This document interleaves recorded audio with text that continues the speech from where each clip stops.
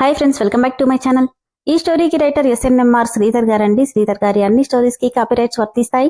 ఆయన పర్మిషన్ లేకుండా యూట్యూబ్ లోనే కాదు, మరే ఇతర సోషల్ మీడియా నెట్వర్క్ లో కూడా ఆయన స్టోరీస్ ని అప్లోడ్ చేయడానికి వీల్లేదు. దయచేసి అలా చేయకండి ఫ్రెండ్స్. అలా చేస్తే లీగల్ గా చాలా ప్రాబ్లమ్స్ ఫేస్ చేయాల్సి వస్తుంది. అలానే ఈ స్టోరీస్ చదువుతున్న వాళ్ళైనా వింటున్న వాళ్ళైనా మీరు మరే ఛానల్లోనైనా శ్రీధర్ గారి స్టోరీస్ ని చూసినట్లయితే వెంటనే నాకు కామెంట్ బాక్స్ లో మెసేజ్ చేయండి. ఇది పూర్తిగా రైటర్ శ్రీధర్ గారి ఛానల్ అండి. కేవలం ఆయన స్టోరీస్ మాత్రమే ఇందులో ఉంటాయి. కానీ కొంతమంది పేర్లు మార్చి వేరే ఛానల్స్ లో ఆయన స్టోరీస్ ని అప్లోడ్ చేస్తున్నారు. మీరు అలా చూసినట్లయితే నాకు మెసేజ్ చేయండి.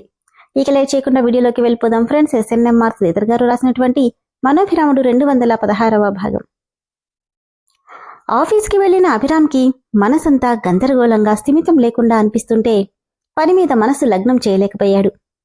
దానికి తోడు ఎప్పుడు నీ తమ్ముడి చెయ్యి వదలకు అన్న చిదానంద మహర్షి మాట పదే పదే చెవిలో మారుమోగుతుంది అతనికి. అసహనంగా సీట్లో వెనక్కి వాళ్లి కళ్ళు మూసుకున్నాడు అభిరామ్. యోగనిద్రలో ఉన్న చిదానంద స్వామికి ఇక్కడ దేవుడి ప్రద్యుమ్పురంలో జరిగేదంతా కళ్లమున్న కమ్మినట్టు అనిపిస్తుంటే భారంగా నిట్టూరుస్తూ కళ్ళు తెరిచాడాయన. మంచి మీద చెడు ఒకసారి గెలిచి పదే పదే ఎప్పుడూ ఇవ్వడం జరగదు అని నర్మన గర్భంగా నవ్వుకొని నెమ్మదిగా కళ్ళు మూసి అభి అని నెమ్మదిగా పిలవగానే ఫ్యాన్ సౌండ్ తప్ప ఇంకేమీ వినిపించని ఆ గదిలో కళ్ళు మూసుకుని ఉన్న అభిరామ్ చెవికి నెమ్మదిగా తాగింది చిదానంద మహర్షి పిలిచిన అభి అనే పిలుపు. తెరవకుండానే కళ్ళని ముగిలించాడు అతను. అభి, నిధి బయటపడే సమయం వచ్చేసింది. మీ అన్నదమ్ములు మాత్రమే ఆ నిధిని తెరవగలరు. ప్రమాదం అతి చేరువలో ఉంది. వెళ్ళి నీ వాళ్ళని కాపాడుకో. ఎట్టి పరిస్థితుల్లోనూ నీ తమ్ముడి చెయ్యి వదలకు. అదే అతనికి శ్రీరామ రక్ష అన్న మాటలు స్పష్టంగా వినిపిస్తుంటే ఒళ్లంతా గగుర్పాటుకు లోనే ఉలిక్కిపడి కళ్ళు తెరిచి చుట్టూ చూశాడు అభిరామ్. అక్కడంతా మామూలుగా ప్రశాంతంగానే అనిపించింది. గట్టిగా ఒకసారి విదిలించి, ఏంటిది? ఎప్పుడూ లేనిది చిదానంద మహర్షి నన్ను పిలిచినట్టు అనిపిస్తుంది. పైగా ఆయన మాటలు అనుకుంటూనే ఎట్టి పరిస్థితుల్లో నీ తమ్ముడు చెయ్యి వదలకు అన్న మాట ఆ రోజు కూడా అదే మాట అనడంతో క్షణం కూడా లేట్ చేయకుండా టేబుల్ మీదున్న కార్ కీస్ తీసుకుని బయలుదేరాడు అభిరామ్. మను అంటూ డోర్ ఓపెన్ చేసిన రాధకి ఒక మూలకి ఏడుస్తూ కూర్చోనున్న మను, రాధా అంటూ తన దగ్గరికొచ్చింది. మను, ఎందుకు ఊరికే ఏడుస్తావు? ఇలా ఏడిస్తే నా కృష్ణకి అచ్చలో నచ్చదు. ముందు పద, ఇక్కడి నుండి వెళ్ళిపోదాం. అది కాదు రాధా, వాళ్ళు చూస్తే. ఏం కాదు, తొందరగా పద అంటూ ఆమె చెయ్యి పట్టుకుని నెమ్మదిగా అక్కడి నుండి మనుని తీసుకుని బయటకొచ్చేసింది రాధ. ఇద్దరూ కలిసి తోట వెనుకగా రౌడీలకి కనిపించకుండా తప్పించుకుంటూ ఉంటే సిగరెట్ కాల్చుకోవడానికి వెనుక వైపుకు వచ్చిన ఒక రౌడీ వీళ్ళని చూసి వాళ్ళు పారిపోతున్నారు, పట్టుకోండి అని అరిచాడు. మను, రాధ ఇద్దరూ నడకలో వేగాన్ని పెంచి పరుగు పెడుతుంటే వాళ్ల వెనకే రౌడీలు కూడా వెంటపడ్డారు. ఎంత వేగంగా పరిగెత్తిన రాధ కాళ్లకి చీర తగులుకొని కింద పడిపోయింది. రాధ లే అంటూ ఆమెను లేపి ఇద్దరూ పరుగందుకున్నా తోటలో మొత్తం నీళ్లతో తడిగా ఉండడం వల్ల నడక వేగం అందుకోలేకపోతున్నారు. వాళ్ల వెనకే వచ్చిన రౌడీలకి ఇద్దరూ దొరికిపోయారు. ఎక్కడికి వెళ్తారే? మా నుండి తప్పించుకోవడం అంతా తేలికనుకున్నారా అంటూ ఇద్దరినీ ఈడ్చుకెళ్తుంటే వదిలించుకోవాలని చూసిన వాళ్ల బలం ముందు ఇద్దరి బలం సరిపోకపోవడంతో వాళ్లని ఇష్టమొచ్చినట్టుగా చేతులతో కొట్టి పారిపోవాలని చూస్తున్నారిద్దరు. దాంతో వాళ్ళిద్దరినీ జుట్టు పట్టుకుని ఈడ్చుకెళ్తున్నారు రౌడీలు. అయ్యగారు, వీళ్ళిద్దరూ తప్పించుకోవాలని చూస్తున్నారంటూ ఇద్దరు రౌడీలు రాధ మనులను పట్టుకుని రాజేంద్ర ఎదురుగా నిలబడ్డారు. ఏంటి, తప్పించుకోవాలని చూశారా అని కర్కశంగా అంటుంటే, అవునయ్యగారు, ఎంత ధైర్యమే మీకు? ఇక్కడి నుండి తప్పించుకోవడం అంతా తేలికనుకున్నారా? తప్పించుకోవడమేంట్రా, ఇంకాసేపట్లో రామ్, అభి ఇద్దరూ వస్తారు. మీ అందరినీ ఎక్కడికక్కడ పడుకోబెట్టి మమ్మల్ని దర్జాగా తీసుకెళ్తారు అంది రాధ. రాధని లాగిపెట్టి కొట్టడంతో 4 అడుగుల దూరంలో పడిపోయిందామె. రాధా అని మను వెళ్లేంతలో తన చేయి పట్టుకుని ఒక రౌడీ ఆపేస్తే మరొక రౌడీ రాధని లేపి పట్టుకున్నాడు. ఇదే టైంకి తోట బంగ్లాలోకి ఎంటర్ అయిన రామ్ కార్ దిగి రాధా అంటూ ముందుకు వస్తున్నాడు. వెనుక నుండి అప్పుడే ఎవరో అతని తల మీద బలంగా కొట్టడంతో గట్టిగా అరుస్తూ తల వెనక చేయి పట్టుకుని మోకాళ్ల మీద కూలబడిపోయి మసక పారిన కళ్లతో వెనక్కి తిరిగి చూశాడతను. అతనికి పెద్ద సైజు కర్ర పట్టుకుని నవ్వుతూ ముందుకొచ్చాడు ధనుంజయ భూపతి. మను ఏడుస్తూ రామ్ అని దగ్గరికి రాబోతే మహారాజా చైర్లో దర్పంగా కూర్చుని ఉన్న రాజేంద్ర, నాకు తెలుసు నువ్వు వస్తావని.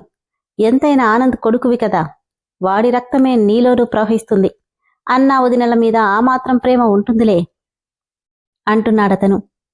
తల గట్టిగా విదిలించి, ఈరోజు నా చేతిలో నీ చావు మూడిందిరా, అందుకే పనిగట్టుకుని నన్ను పిలిపించావు అంటూనే తన వెనకనున్న ధనుని ఒక్క వేటితో మట్టి కరిపించాడు రామ్. ఇంకా చూస్తారేంట్రా, వాడికి ఏ కైలు కాకీలు విరిచేయండి, కాని ప్రాణం మాత్రం పోకూడదు అనడంతో 20 మంది రౌడీలంతా ఒక్కసారిగా రామ్ మీద పడ్డారు.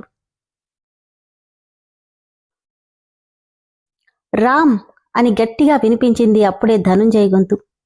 వెనక్కి తిరిగిన రామ్కి మను రాధల గొంతు మీద కత్తి పెట్టడంతో వాళ్ళని కొడుతున్న వాడల్లా ఒక్కసారిగా ఆగిపోయాడతను. గట్టిగా నవ్వుతూ, నీ ప్రియాతి ప్రియమైన వదిన, నీ ప్రాణ స్నేహితురాలు రామ్, వీళ్ళిద్దరి గొంతులో ఇలా కత్తి దింపానంటే అంటూ దింపబోతుంటే, వద్దు వాళ్ళనేం చేయకు అంటూ తన చేతిలో ఉన్న రౌడీని వదిలేశాడు. రేయ్, ఇప్పుడు వాడు చచ్చిన పాము, వదలకండి అనడంతో రౌడీలంతా రామ్ని ఇష్టం వచ్చినట్టు కొడుతున్నారు. మను రాధ ఇద్దరూ రామ్ రామ్ అంటూ కన్నీళ్లతో అరుస్తుంటే చివరగా రామ్ 2 చేతులు వెనక్కి మడిచి కట్టేశారు వాళ్ళు. రేయ్, వీణ్ణి శివాలయానికి 2 కిలోమీటర్ల దూరంలో ఉన్న మర్రి చెట్టు దగ్గరికి తీసుకెళ్ళండి, అక్కడ మార్తాండ కూడా ఉన్నాడు అని. రే రామ్, నువ్వు గాని మేం చెప్పినట్టు చేయకుండా తోక జాడించావంటే ఇక్కడ వాళ్ళిద్దరినీ లేపేస్తాను. వాళ్ళిక్కడెందుకు నాన్నా, వీణ్ణి నమ్మడానికి లేదు, వీళ్ళని కూడా తీసుకెళ్దాం అన్నాడు ధనుంజయ. లేదురా, అమావాస్య గడియలకి ఇంకా టైం ఉంది, అప్పటిదాకా వీళ్ళని ఇక్కడే ఉండనివ్వు, నువ్వు కూడా ఇక్కడే ఉండు, జాగ్రత్త, తప్పించుకోకుండా చూడమని చెప్పి రాజేంద్ర వాళ్లతో పాటు మర్రి చెట్టు దగ్గరికి వెళ్ళిపోయాడు. ఇప్పుడెలా రాధా, వాళ్ళు రామ్ని ఏం చేస్తారో ఏంటో, నాకు చాలా భయంగా ఉంది. కంగారు ఉన్నా మరేం పర్వాలేదు మను, మనం ముందు ఇక్కడి నుండి బయటపడ్డామంటే అందరికీ ఈ విషయం చెప్పి రామ్ని ఎలాగైనా కాపాడుకోవచ్చు. ముందైతే ఇక్కడి నుండి బయటపడాలి, కాని ఎలాగో అర్థం కావట్లేదంటూ చుట్టూ చూస్తూ ఆలోచిస్తుంటే అప్పుడే మను రాధని పిలిచింది. నా మీద నీకు కోపంగా లేదా రాధా అంటే తన వైపు ఒకసారి తీక్షణంగా చూసి, కన్నీళ్లు బయటపడకుండా చూడు, నేను చెప్పినట్టు చెయ్యి అంటూ మను చెవిలో ఏదో చెప్పి ఒక్కసారిగా ఆ అంటూ గట్టిగా అరిచేసింది రాధ. దాంతో బయటే ఉన్న రౌడీ ఏమైందోనని డోర్ ఓపెన్ చేసుకుని లోపలికొచ్చాడు. వాడి తల మీద గట్టిగా కొట్టి వాడు అరవకుండా నోట్లో క్లాత్ కుక్కి 2 అమ్మాయిలు బయటపడ్డారు. అప్పటికే సగం మంది రౌడీలంతా రాజేంద్రతో పాటు వెళ్లిపోవడంతో మిగిలిన వాళ్లు ఏ క్షణాన్నైనా అభిరామ్ వస్తాడేమోనని బంగళా బయటే కాపలా కాస్తున్నారు. వాళ్ళెవరికీ కనిపించకుండా 2 వెనకదారి గుండా పరుగుపెట్టి తోట చివరికి చేరుకోగానే వాళ్ళని వెక్కిరించినట్టుగా కనిపించింది ఎత్తుగా ఉన్న ప్రహరీ గోడ. అక్కడి నుండి బయటపడాలంటే ఆ గోడ దూకాలి. ఇప్పుడెలా రాధా, ఈ గోడ చాలా పెద్దగా ఉంది.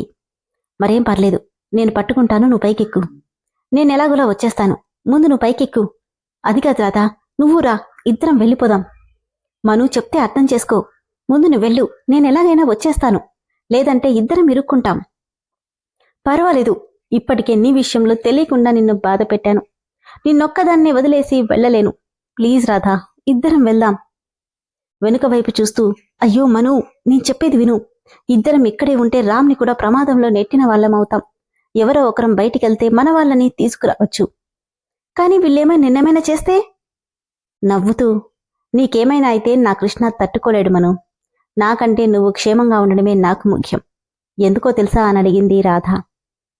ఎందుకన్నట్టు కన్నీళ్లతో చూస్తుంటే, నువ్వు నా కృష్ణకి 6వ ప్రాణాన్ని, నీకేమైనా అయితే నా కృష్ణ తట్టుకోలేడు. నా కృష్ణ బాధని నేను కల్లో కూడా ఊహించుకోలేను. నాకంటే నా కృష్ణ సంతోషమే ముఖ్యం. తన సంతోషం నీతోనే ఉంది, అందుకు చెప్తున్నాను, నువ్వెళ్ళు. అది కాదు రాధా. ఇంతలో ఏయ్ అన్న ధను గొంతుకు తల తిప్పి చూశాడు.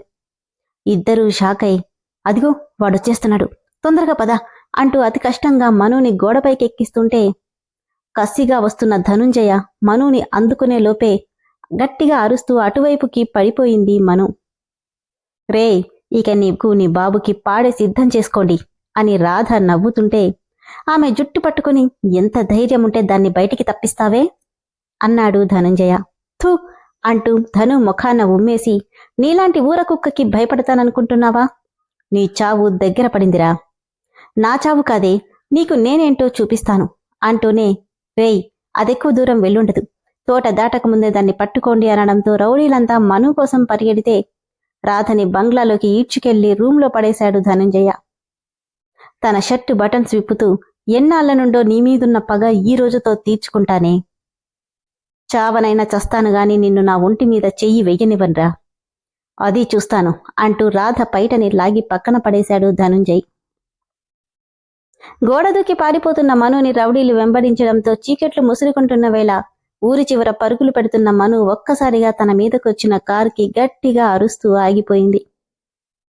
దాంతో సడన్ బ్రేక్తో కారు ఆపాడు అభిరామ్. ఫాస్ట్గా కార్ దిగి, మను అన్న గొంతుకు అభి అంటూ గట్టిగా అతన్ని చుట్టేసి ఏడుస్తూ జరిగిందంతా చెప్పింది మను. కనీసం ధనుని తనని ముట్టుకునే ఛాన్స్ కూడా ఇవ్వకుండా అక్కడున్న వస్తువులన్నీ విసిరి కొడుతూ వాడి నుండి తప్పించుకోవడానికి చూస్తుంటే ఒక్కసారిగా రాధని చేజిక్కించుకున్నాడు ధనుంజయ. ఇప్పుడెక్కడికి వెళ్తావే? ఇక నా నుండి తప్పించుకోవడం నీ తరం కాదు, నీ బాబు తరం కూడా కాదు అంటూ అతని ఉక్కు కవిగిట్లో ఆమెను బంధిస్తున్నాడు. సడన్ గా ఒక్కసారిగా దబేలుమని డోర్స్ ఓపెన్ అవ్వడంతో ఆ సౌండ్కి ఇద్దరు తిరిగి చూడగానే నిప్పులు చెరిగే కళ్ళతో నిలబడి ఉన్న అభిరామ్ కనిపించాడు. కృష్ణ అంటూ ఒక్క తోపుతో ధనుని తోసేసి పరుగున వచ్చి అతడి కౌగిట్లో వాలిపోయింది రాధ. ఎందుకు రాధ ఏడుస్తావు? నేనొచ్చేశాను కదా, ఎడవకు అని కింద పడిపోయిన రాధ పైటని తన భుజాల మీదుగా కప్పి కసిగా ధనుని కుక్కని కొట్టినట్టు కొడుతుంటే 10 మంది రౌడీలు ఒక్కసారిగా అభిరామ్ మీద విరుచుకుపడ్డారు. అడ్డొచ్చిన రౌడీలందర్నీ కనీసం కదలరుకోవడానికి కూడా వీల్లేకుండా మట్టి కరిపించేశాడు అభిరామ్. వాళ్లకి దూరంగా నిలబడి చూస్తున్న ధను, వీడు బతుకుంటే ఈసారి కూడా నిధి బయటపడదు, దాన్ని తెరవడానికి వాడేటూ ఉన్నాడు కాబట్టి వీణ్ణెలాగైనా ఇక్కడే చంపేయాలి అనుకుని గోడకు తగిలించిన వాళ్ల పూర్వీకుల కత్తిని బయటికి తీసి అభి ఒక రౌడీతో తలబడుతుంటే స్తంభం చాటున నిలబడి అదును చూసం చూస్తూ అభి ఏమరపాటుగా ఉండగా అతని కడుపులో కత్తి దింపపోతుంటే అది గమనించిన మను అభి అంటూ పరిగెత్తుకుంటూ వచ్చి అడ్డంగా నిలబడితే మనుని చీల్చబోయే కత్తి ఒక్కసారిగా వాళ్ళిద్దరినీ రాధ తోసేయడంతో రాధ కడుపులో అడ్డంగా చీల్చుకుపోయింది. విన్నారు కదా ఫ్రెండ్స్, స్టోరీ ఎంత బాగుందో కదా. చూశారు కదా, మొత్తానికి రాధ ప్రేమ ఎప్పటికీ కృష్ణుడికే సొంతం. రాధకు కృష్ణ కోసం, కృష్ణ ప్రేమించిన మను కోసం వాళ్ళిద్దరినీ తోసేసి కడుపులో కత్తిని దింపించుకుంది రాధ. నిజంగా రాధ ప్రేమ చాలా గొప్పది. ఒక క్షణం మనుని ద్వేషిస్తూనే మరో క్షణం కృష్ణకి ఇష్టమైన మను బాగుండాలనే కోరుకుంది. ఈ ఎపిసోడ్ అయితే చాలా భారంగా అనిపించిందండి, చాలా ఎమోషనల్గా కూడా అనిపించింది నాకైతే. చాలా బాగుంది కదా. నిజంగానే రాధ అందరికీ దూరమైపోతుందా, లేదంటే అభిరామ్ బతికించుకుంటాడా? మరి రామ్ని తీసుకెళ్లిపోయిన రాజేంద్ర నిధిని తెరిపించాడా? ఏమో, వీటన్నిటికీ సమాధానం తదుపరి ఎపిసోడ్లో తెలుసుకుందాం. స్టోరీ అయితే చాలా చాలా చాలా బాగుంది ఫ్రెండ్స్. దయచేసి స్టోరీ నచ్చిన వాళ్ళు వెంటనే మెంబర్షిప్లో జాయిన్ అవ్వండి, లేదంటే మీకు చాలా టైం పడుతుంది అవన్నీ ఓపెన్ అవ్వడానికి. నాకు కూడా కొంచెం హెల్ప్ చేసుకున్న వాళ్ళు అవుతారు మెంబర్షిప్లో జాయిన్ అవుతే. Thank you.